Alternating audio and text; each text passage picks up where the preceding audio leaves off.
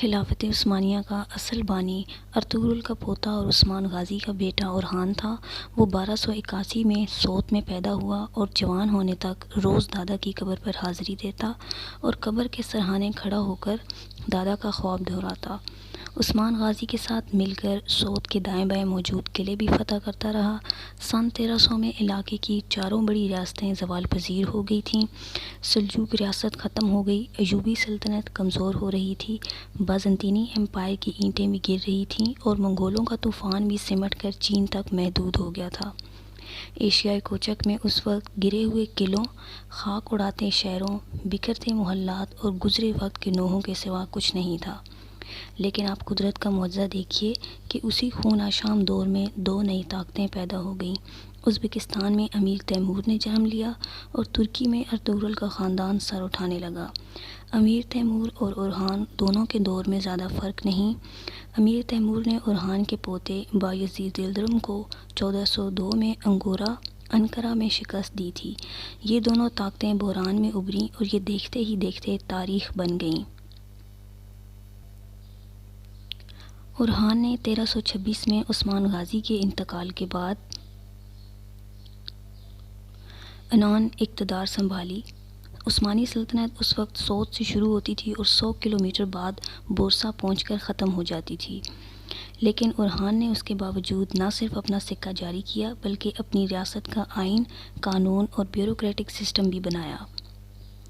یہ اورحان تھا جس نے اپنے دادا ارطغرل کی داستان لکھوائی اور اس کے نام کا سکہ جاری کیا۔ یہ وہی سکہ تھا جو آگے چل کر ڈرامہ سیریز ارطغرل کا محرک بنا۔ ارطغرل خاندان نے فیصلہ کیا تھا یہ اسلامی دنیا کے ساتھ چھیڑ چھاڑ نہیں کریں گے، ان کا فوکس بازنطینی ریاست ہوگی، لہٰذا یہ صرف ان کے قلعوں پر حملہ کرتے تھے۔ اورحان نے بورسا کے بعد ازنیک، ازمیت اور کاراسí کے قلعے فتح کیے۔ آپ ارطغرل میں بار بار نکوسیا اور نومیڈیا کا ذکر سنتے رہتے ہیں۔ نکوسیا آج کل سائپرس کا دارالحکومت ہے جبکہ نکومیا یونان کا شہر تھا۔ دونوں شہر 14ویں صدی میں اہم اور بڑے ہوتے تھے۔ اورحان نے یہ بھی فتح کر لیے۔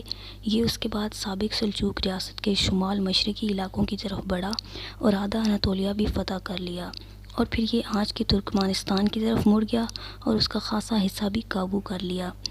بازنطینی حکومت اس سے گھبراتی تھی، چنانچہ بازنطینی بادشاہ جان ششم نے اس کے ساتھ امن کا معاہدہ کیا اور اپنی صاحبزادی اس کے عقد میں دے دی۔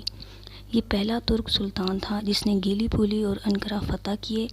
اس نے گورننس کا اپنا ایک ماڈل بھی تخلیق کیا تھا۔ اوغز قبائل جھنڈے کو سنجاق کہتے تھے۔ اورحان نے ریاست کو مختلف صوبوں اور ضلعوں میں تقسیم کیا اور ہر ضلع دار کو مختلف رنگ کا جھنڈا دے دیا۔ ان جھنڈوں کی وجہ سے اس کے ضلع سنجاق کہلاتے تھے۔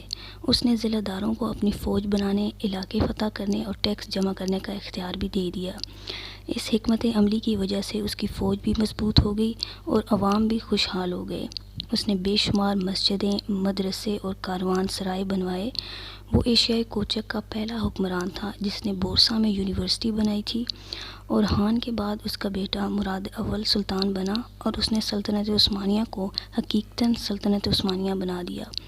مراد 30 سال حکمران رہا اور ان 30 برسوں میں 24 سال میدان جنگ میں رہا۔ اس کا ریکارڈ تھا کہ اس نے کوئی جنگ نہیں ہاری تھی۔ اس نے بلغاریہ، سربیا اور مقدونیہ فتح کیے۔ اس کی آخری جنگ کوسوو میں ہوئی تھی اور پورے یورپ کی فوجیں اکٹھی ہو کر اس کے مقابلے کے لیے میدان میں اتری تھیں، لیکن اس نے اس مشترکہ فوج کو بھی خاک چٹوا دی۔ وہ 1389 میں کوسوو کی جنگ کے دوران زخمی ہو کر انتقال کر گیا۔ مراد اول کے مرنے کی خبر پھیلی تو پورے یورپ میں جشن منایا گیا اور تمام کلیساؤں کی گھنٹیاں بجائی گئیں۔ مراد اول نے عثمانی سلطنت کے رقبے میں 5 گنا اضافہ کیا، لیکن آپ یہ جان کر حیران ہوں گے 4 نسلوں کی فتوحات کے باوجود مراد اول کے انتقال تک سلطنت عثمانیہ صرف 20,000 مربع کلومیٹر پر محیط تھی اور یہ رقبہ آج کی راولپنڈی ڈویژن سے بھی کم تھا۔ یہ تھی سلطنت عثمانیہ، 4 نسلوں کے بعد کی سلطنت عثمانیہ۔ یہ حقیقت ثابت کرتی ہے کہ ریاستیں ایک دن میں نہیں بنا کرتیں، ان کی بنیادوں میں نسلیں کھپ جاتی ہیں۔ آپ ایران سے لے کر ویانا تک سفر کریں، آپ کو ہر 10-15 کلومیٹر بعد کوئی نہ کوئی مزار، کوئی نہ کوئی قبرستان، اور اس قبرستان میں کوئی نہ کوئی ترگت، کوئی عبد الرحمن، کوئی سامسا یا کوئی نہ کوئی بامسی ملے گا۔ ویانا کے مسافات اور بداپیسٹ کی پہاڑیوں تک ترک قبرستان ہیں، اور ہر قبر کے سرہانے کلمہ شہادت لکھا ہے۔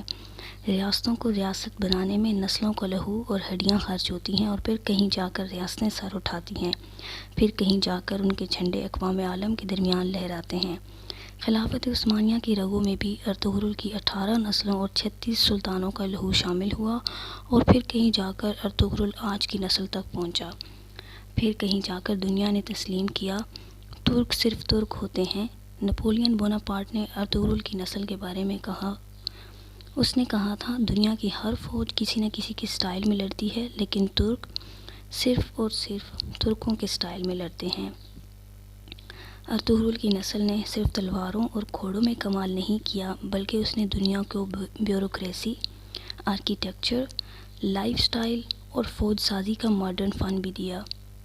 عثمانی سلطان یتیم بچوں کو گود لے لیتے تھے اور ان بچوں کو اعلیٰ تعلیم دلاتے تھے۔ یہ جب بڑے ہو جاتے تو یہ انہیں بیوروکریسی میں شامل کر دیتے۔ یہ بچے رشتہ داروں کی مجبوریوں سے پاک ہوتے تھے، چنانچہ یہ پوری زندگی کرپشن فری رہتے۔ ترک فوج کا ایک جانثار دستہ ینیچری کہلاتا تھا۔ یہ لوگ صرف مرنے کے لیے میدان میں اترتے، لہٰذا یہ کبھی ہار کر واپس نہیں آتے تھے۔ سلطان بھی ان کے خوف سے کوئی ناانصافی، کوئی گڑبڑ نہیں کرتے تھے۔ یہ باغی شہزادوں کے سر اتار دیتے اور کمزور اور کرپٹ بادشاہ کو کان سے پکڑ کر تخت سے اتار دیا کرتے تھے۔ آپ نے اگر ترکش آرکیٹیکچر دیکھنا ہو تو آپ استنبول چلے جائیں، آپ کو ہر پرانی عمارت، ہر پرانی مسجد پکڑ کر بیٹھ جائے گی۔